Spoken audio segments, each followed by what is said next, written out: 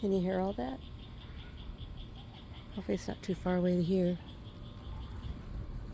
I got frogs now on 3rd Street.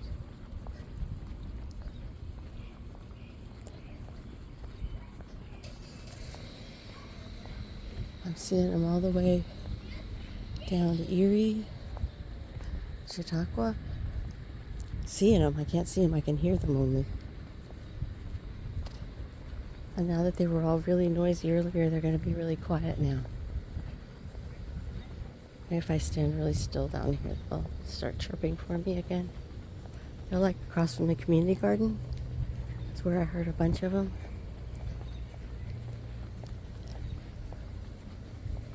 Well, they must have been brought down with the flood.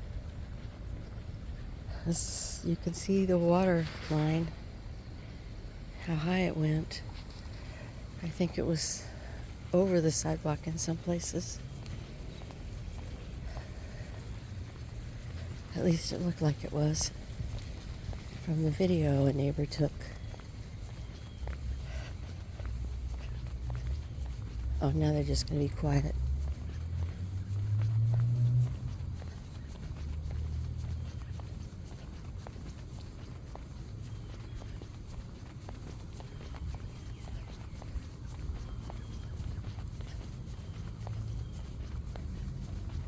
It's just kind of a clicking sound.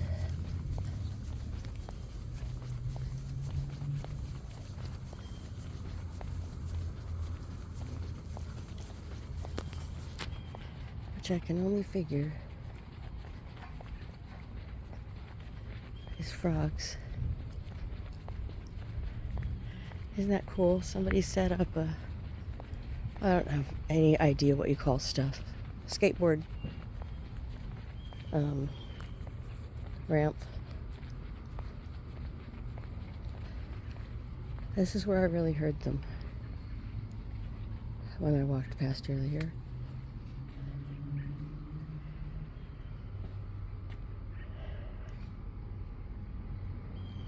Well, it did clean out the creek anyway.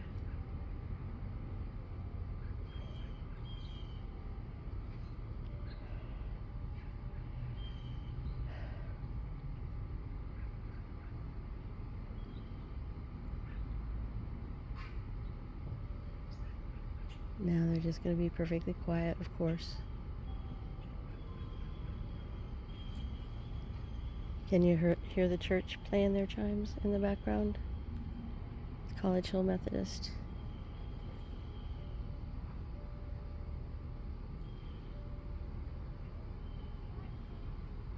Of course they're not going to start up again. Of course not. But they were having a party out here earlier. There was half a dozen of them. Oh well. Did that get pulled out of somebody's yard, maybe? That big old clump of soil there. It's got stuff growing in it.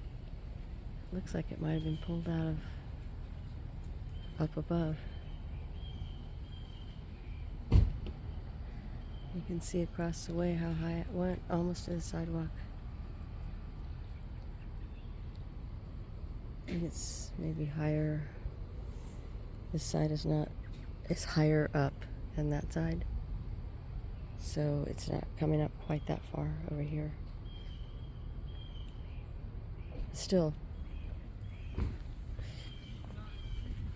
if you see kids coming out to get into a drain during heavy rain, call them home right away. They can stand on the edge and watch, but don't let them get their foot in it because it will take them under. We've seen it happen here at the 3rd Street Drainage Project before. Took a kid and his bike under. And fortunately, a neighbor was out talking to his son and explaining to him why it was so dangerous.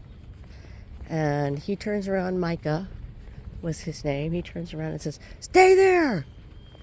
And so his son stays, and Dad rushes down Chautauqua and grabs this kid out of the water. He is under the water. He pulls him out with his hands and sets him up on the bank, and the bike was still stuck between his legs. Hey! This is no place for children when the water's high. Right now, this is a great place for kids. And it's slippery. And if you see the little places where it goes down, that's the place to be, because you can slide as you get. Hear 'em? I hope you can hear that.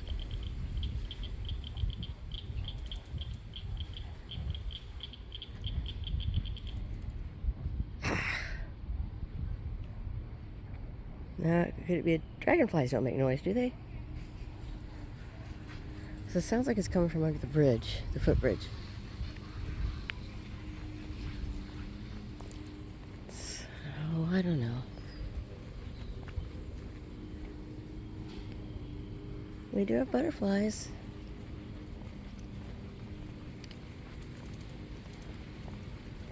This is what I'm talking about. See the algae on the bottom? That makes it really slick and fun. You can just slide right down.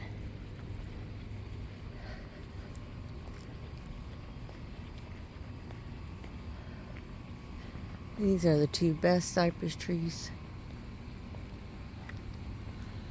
They are so fun to watch now and in the fall when they start to lose their leaves, or should I say drop them all at once, basically. And we have graffiti here, and we're talking about having some of the neighbors have volunteered to come out and paint over here to cover these benches up. There's one over here.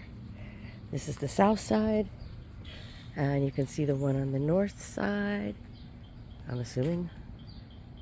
Oh, I hear it down there again, back from where I came from.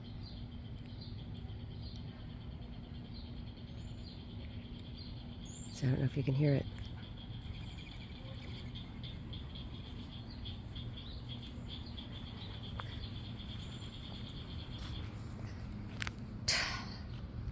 Of course not. Okay. Well, that's probably your tour of 3rd Street Drain right now. And I hope that we do get some painters out here. It'd be cool to have some real pretty graffiti. And we talked about, do you need to get permission? I said, no, they didn't get permission. Why should we get permission? Nobody cares. And they keep doing it all along the side. Wouldn't that be cool if we had somebody that had like hours and hours and hours of time to paint along the sides of the walkways? I mean, there's some over here, but this particular house has done very well taking care of their side and keeping it all trimmed. It's not like the city's trimming this for them. They are doing this. It's very, very, very well kept yard. Beautiful house. We are at Volusia. And this is 3rd Street, so. But I've spoken with the man that was out mowing one time. Just a sweetheart. Very friendly. And takes good care of their yard. That's for sure. So, here's 3rd Street. This is the walking path, which I use pretty regularly, and lots of people use just to go where they need to go. We do have 2 footbridges, one at Erie and one in Estelle, and then you can go all the way down to Grove and cross at Grove, or you can go beyond Grove because it continues all the way down to the canal route. And you can walk across the bridge at 3rd Street at the canal route and go to the other side if you chose to do so. And it's just a really, really neat spot on that bridge that goes across 3rd Street because you can see the water streaming past. And if you were so inclined, when we had a big rain and you wanted to get soaked, you could actually go down and stand on that and watch 3rd Street drain fill, or the canal route fill up as time passed while it was raining. But it's really pretty nice out here.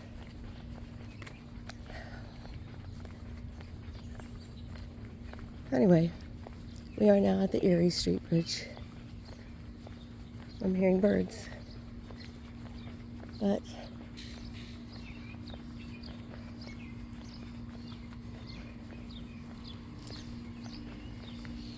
maybe the frogs didn't make it clear down here. I hope y'all could hear those frogs. I really do. Someone, of course, had to paint over our commemorative plaque.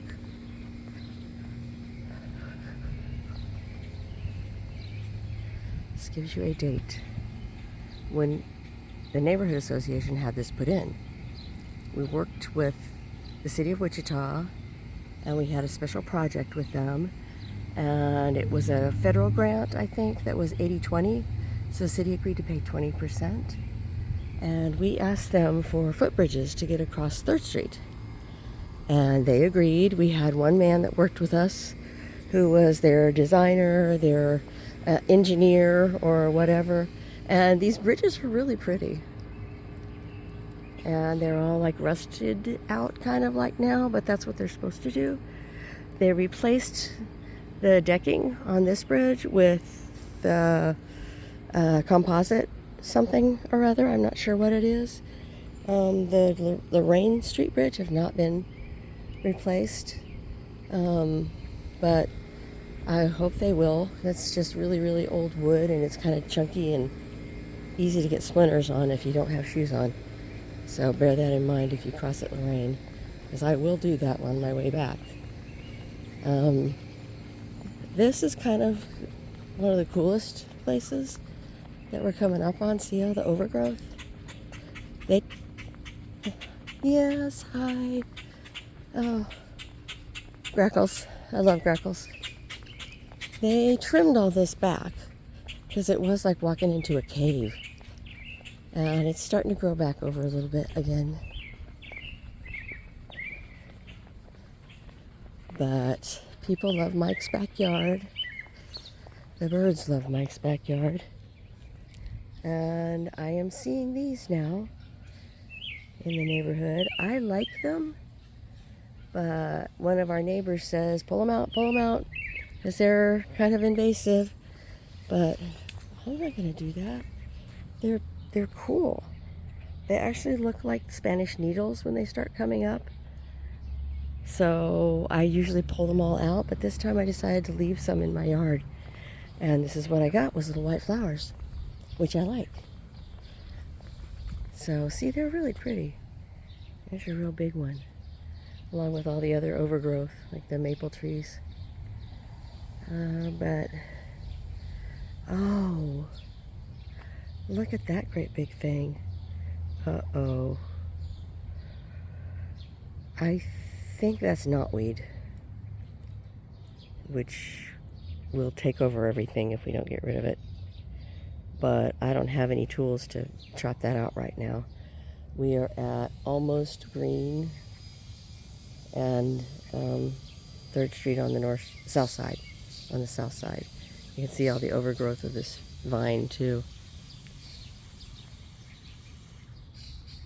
But they had cut it all back so it wasn't like crowding the walkway.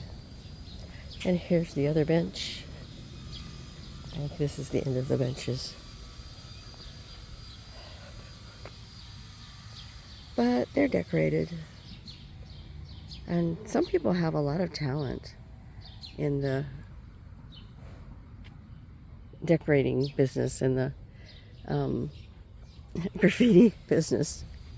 And I wish that they would, oh God, this is some of the discussion we were having. Here's a tree with yellow spots. Another tree with yellow spots. I had learned that I believe the yellow spots mean trimming, but I don't know why you would trim this tree. Unless maybe they did already. It doesn't look like fresh cuts. I think it's a yellow stripe that means it's got to go, but this tree might be one of those gotta go trees. I can't really tell. But see, they're old and tall, really, really, really super duper tall. So I don't know why these are marked, but I had heard that they were marking them all along 3rd Street. And now I'm seeing it. It doesn't look too hot at the bottom, so maybe they're going to take it out so it doesn't fall over. But it's really, really green as you go up, so I have no idea what the problem is. But I mean, see how big that is? That's way the heck up there, past the telephone wires. So I don't know. But